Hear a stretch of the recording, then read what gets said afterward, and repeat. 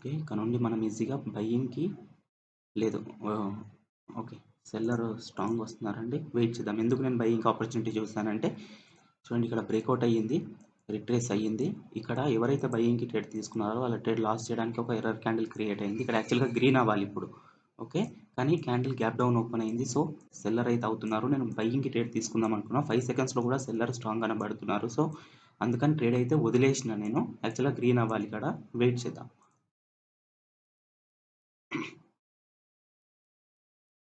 Okay. అది green అయ్యింది.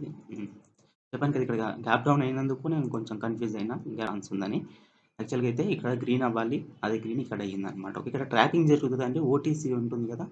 ఓటీసీలో okay. ఇది యాక్చువల్‌గా అయితే ఇక్కడ రిట్రేస్ ఎగ్జాక్ట్‌గా చూడండి. బ్రేక్అవుట్ చేసిన లెవెల్ పైన రిజెక్షన్ తీసుకొని క్లోజ్ అయింది. బయ్యర్ ఎంట్రీ అవ్వాలి. కానీ ఇక్కడ ఏం చేస్తారు, 90% బయింగ్‌కి ట్రేడ్స్ ప్లేస్ చేస్తారు కదా! కానీ బ్రోకర్ ఓటీసీ కాబట్టి ఇక్కడ ఇంకో రెడ్ క్యాండిల్‌ని క్రియేట్ చేసిండ్రు. ఎవరైతే ఇక్కడ బయింగ్‌కి ట్రేడ్ తీసుకున్నారో వాళ్ళ ట్రేడ్ అనేది ఇక్కడ లాస్ జరిగిపోయింది. ఓకే. సో ఇక్కడ ఇప్పుడు ఈ సెల్లర్ ఎంట్రీని చూసి మళ్ళా ఇక్కడ చూడండి, మార్కెట్ ఇక్కడ రేంజింగ్ ఇండికేట్ చేస్తుంది ఫ్రెండ్స్ ఇక్కడ. ఓకే. ఇది ఇక్కడ రేంజింగ్ ఇండికేట్ చేస్తుంది కదా ఇక్కడ వరకి. సో ఈ రేంజింగ్ మార్కెట్‌లో సెల్లర్ మళ్ళీ ఎంట్రీ అయినారు లోపలికని చెప్పి ఇక్కడ నుండి మళ్ళీ సెల్లింగ్‌కి ట్రేడ్ తీసుకునే ప్రయత్నం చేస్తారు. ఇప్పుడు ఇక్కడ బయర్ ఎంట్రీ అవుతారు. సో ఈజీగా ట్రాపింగ్ అనమాట ఇక్కడ. ఓకే. సో ఈ విధంగా కొంచెం కేర్‌ఫుల్‌గా ఉండాలి ఓటీసీలో చేసేటప్పుడు. ఓకేనా? ఓకే. లిస్ట్‌లో లెవెల్స్ లేవు.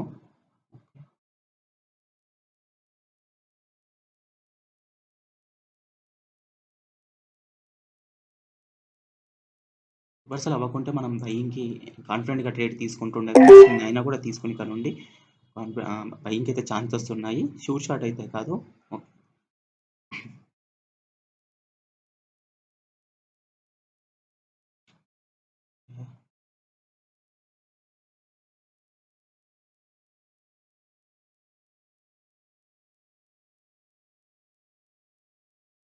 లెవెల్ దగ్గర మీరు క్యాండిల్స్‌ని కొంచెం క్లియర్‌గా కరెక్ట్‌గా అర్థం చేసుకుంటే సరిపోతుందండి. ఓకే.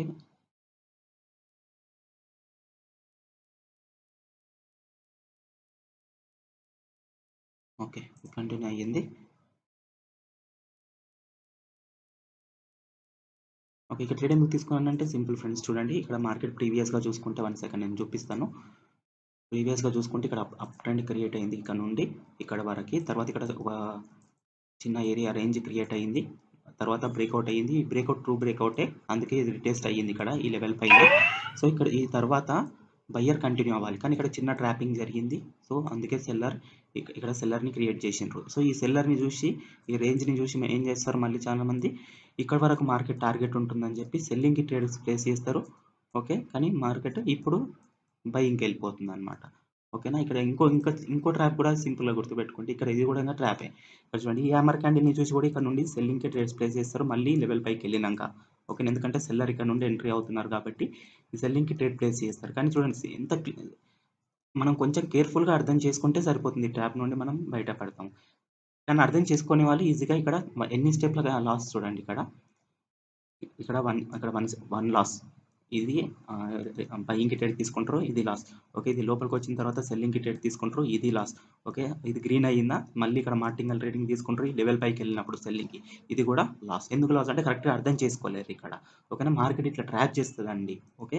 ఇక్కడ నేనెందుకు బయింగ్‌కి ట్రేడ్ తీసుకున్నానంటే అక్కడ క్లారిటీగా తెలిసిపోయింది ఇక్కడ బయింగ్ రావాలి. కానీ ఇది ఆహ్, అంటే ట్రాపింగ్ క్యాండిల్ ఇది. ఈ ట్రాప్ క్యాండిల్ వచ్చినందుకు ఇక్కడ రావాల్సిన యాక్చువల్ బయ్యర్ ఇక్కడ ఎంట్రీ అయిపోయినారు. సో కన్ఫర్మ్ అయిపోయింది. ఇక్కడ బయ్యర్ జస్ట్ ఇమాజిన్ చేసుకోండి కొంచెం. ఈ క్యాండిల్ ఇక్కడ లేకుంటే ఫ్రెండ్స్, ఇక్కడ ఇదే క్యాండిల్ ఇక్కడ బయింగ్‌కి ఫామ్ అయితే నెక్స్ట్ బయింగ్‌కే కదా మనకు ఆపర్చునిటీ ఉంది. ఓకే. So simple. ఈ క్యాండిల్ మర్చిపోండి. ఇక్కడ బయింగ్ ఎంట్రీ అయింది. సో బయ్యర్ కంటిన్యూ అయ్యిండ్రు. స్ట్రాంగ్ క్యాండిల్ ఇది. అంటే ఇక్కడ చూడండి, ఓవరాల్‌గా ఇక్కడ కింద నుండి ట్రెండ్ చూసుకుంటే అప్ ట్రెండ్ ఫ్రెండ్స్. ఓకే. నేను ఏం చెప్పాలనుకుంటున్నానంటే చూడండి, కొంచెం కాంప్లికేటెడ్ అవ్వచ్చు. ఇక్కడ చూడండి, ఇదే క్యాండిల్ ఈ ఈ ఈ ఈ ఏరియా ఏదైతే ఉందో, ఈ ఇది ఇది రేంజింగ్ ఏదైతే ఉందో ఇందులో వచ్చిందనుకోండి, నేను ఇక్కడ కంటిన్యూషన్‌కి ట్రేడ్ తీసుకోను ఇక్కడ.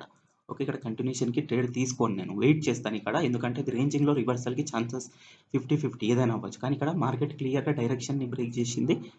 ఓకే. ఇక్కడ రేంజ్ క్రియేట్ అయింది. తర్వాత రేంజ్ బ్రేక్ అయింది. రిట్రేస్‌మెంట్ అయింది. కంటిన్యూయేషన్స్ అంటే ఇదే ట్రెండ్‌ని మార్కెట్ కంటిన్యూ చేసింది. ఈ క్యాండిల్ కంటిన్యూయేషన్‌కి సిగ్నల్ ఇక్కడ. సో, అందుకని నేను ఇక్కడ బయింగ్‌కి ట్రేడ్ తీసుకున్నాను. కానీ గ్యారంటీ లేదు. అంటే ఇక్కడ కంటిన్యూ అవుతదని గ్యారంటీ లేదు. ఒకవేళ ఈ క్యాండిల్ బ్రేక్ చేసింది ఇట్లా. ఇక్కడ ఒక లెవెల్ ఉంది. ఈ క్యాండిల్ ఇట్లా బ్రేక్ చేసింది కదా! ఇక్కడ నాకు క్లారిటీ ఉంది. మార్కెట్ డైరెక్షన్ అప్‌కి. ఇది బ్రేక్ చేసింది. బ్రేక్ చేసినప్పుడు ఈ లెవెల్ కిందకొస్తే నేను ఇక్కడ షూర్ షార్ట్‌గా ట్రేడ్ తీసుకుంటా. ఇది బయింగ్ అని చెప్పి. ఓకే. ఇక్కడ ఏ లెవెల్ లేదు కాబట్టి ఈ రివర్సల్ క్యాండిల్ మనం డైరెక్ట్‌గా ట్రస్ట్ చేయలేం. ఓకే. ఇది 80, 90% కంటిన్యూ అవుతది ఇక్కడ. కానీ ఇది ఓటీసీ కదా! లాస్ట్ సెకండ్‌లో ఒక ఇట్లాంటి రెడ్ క్యాండిల్ కూడా చేస్తదనమాట. అందుకని నేను షూర్ షార్ట్‌గా చెప్పలేదు అక్కడ. ఒకవేళ ఇక్కడ లెవెల్ ఉండుంటే ఇక్కడ లెవెల్ ఉండిందనుకోండి. ఈజీ షూర్ షార్ట్ ఇది. ఓకేనా? ఈ లెవెల్ కింద మనం ప్లేస్ చేస్తే ఇది రెడ్ అయినా కూడా ఒకవేళ ఇన్ కేస్ అది రెడ్ అయినా ఈ లెవెల్ పైనే క్లోజ్ అయితే అది 100% గ్యారంటీ. ఓకే. ఈ విధంగా అన్నమాట. ఓకే. ఇదే క్యాండిల్ నేను ఈ రేంజింగ్‌లో వస్తే నేను ట్రేడ్ తీసుకోను. ఇది అప్ ట్రెండ్‌లో రేంజ్ బ్రేక్ చేసింది కాబట్టి కంటిన్యూయేషన్‌కి సైన్ ఇది. సో, అందుకని అక్కడ ట్రేడ్ తీసుకోవడం అనేది జరిగిందనమాట.